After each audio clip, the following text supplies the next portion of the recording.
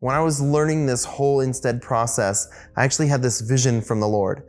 And in this vision, why I struggled so deeply to change time and time again was addressed. In this vision, I saw Tommy Cruise in the movie The Last Samurai.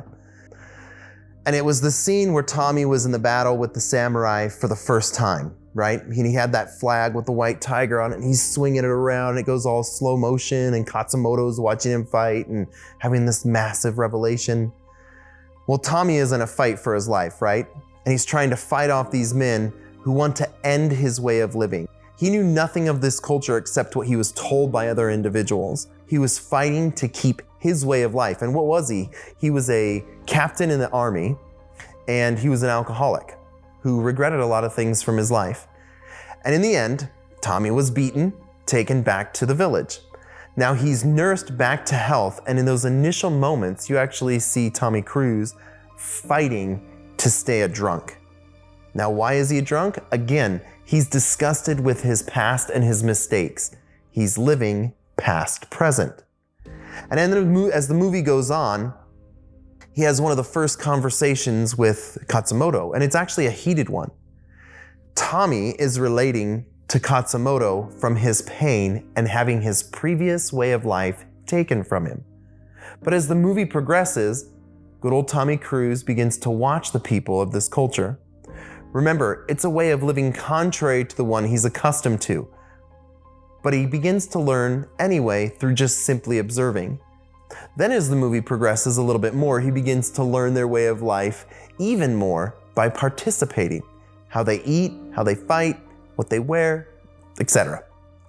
And it's at this point he's actually given a new set of clothes. Now for Tommy, his uniform is actually part of his identity. It literally shows his rank and stature within the military.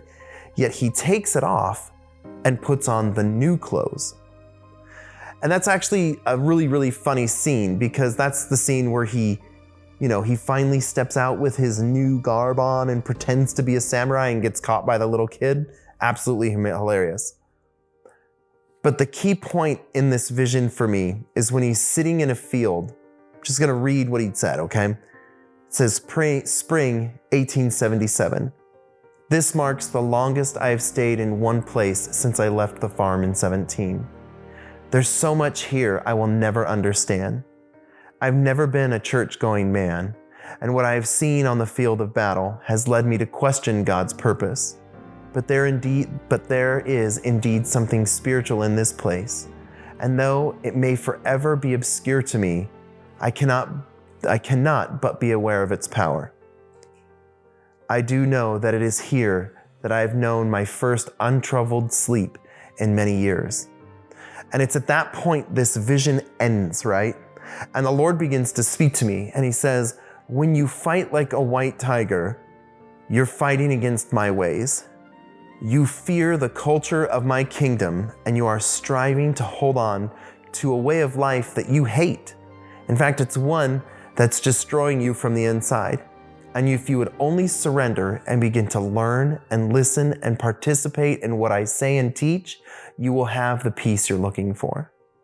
So my advice is, don't fight what the Lord begins to show you, what he begins to say to you, what he begins to teach you. Just because you don't understand everything right away, and it may be painful at times, doesn't mean that it's wrong. Surrender to the Lord. Allow him to show you how the culture of his kingdom sees, speaks, communes with others, and lives.